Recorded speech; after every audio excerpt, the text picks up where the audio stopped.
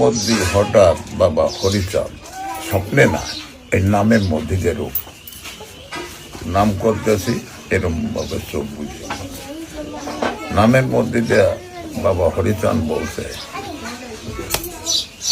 যে ওই নৌকায় আমি থাকবো। তারপরে বলছে গোলক তারক মহানন্দ ওই নৌকায় থাকবে। তারপরে বলছে যে নৌকা 32 হাত, হাতটা হচ্ছে এই জায়গার নৌকার হাত হলো 1.5 হাত। তারপরে ব্রহ্মা বিষ্ণু বলছে আমরা ওই নৌকায় থাকব। শেষে দেখলাম সেও ওই ভোরের সময় আবার ভোর গাচ্ছি। এরপরে দেখলাম গুরুচাঁদ ঠাকুর আর জগদীর গোসাই দাঁড়ালো। এই নৌকা টানিয়া ওই নৌকা টানিয়ে আর একজনের ওই এটা আনতে হবে, সে নৌকা না।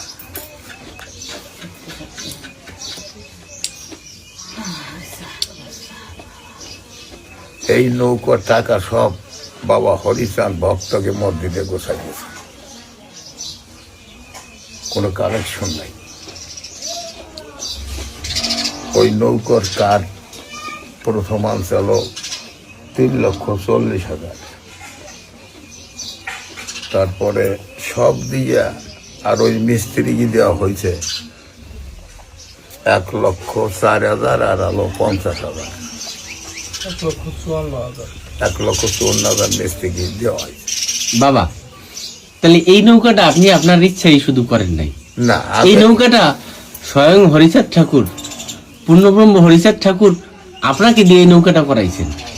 উনি যেন আপনাকে আদেশ করছেন, বা গুরুচাঁদ ঠাকুর বললেন যে নৌকা আমি থাকবো, গুরুচাঁদ ঠাকুর বললেন আমি থাকবো, ব্রহ্মাদেব বললেন আমি থাকবো। যারা যারা থাকার কথা সবাই তো থাকতেছে, তাহলে ওনাদের ইচ্ছা পূরণ করতে কি আপনি নৌকাটা তৈরি করলেন? ওই যে দর্শনের সময় কিন্তু কোনো কিছু গোছানো হয় নাই। হ্যাঁ, এই যে চলতেছে এ সময় কোনো কিছু নৌকার গোছানো হয় নাই। বলার পর থেকে শুরু হয়েছে গোছানো। এক শামশার গাছ কিনতে গেছি, দেখতে গেছি,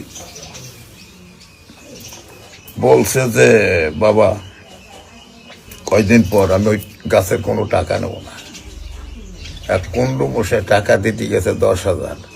কয়েক যে তোমার কত টাকা হয়েছে, এমনি দিয়েছে। আবার কুণ্ডু মশাই উনি 10,000 টাকা দিয়েছে, আর একটা লাগবে গাছ। উনি কুণ্ডু মশাই 10,000 টাকা দিয়েছে, আর এক কুণ্ডু মশাই 2,000 দিয়েছে, 12,000।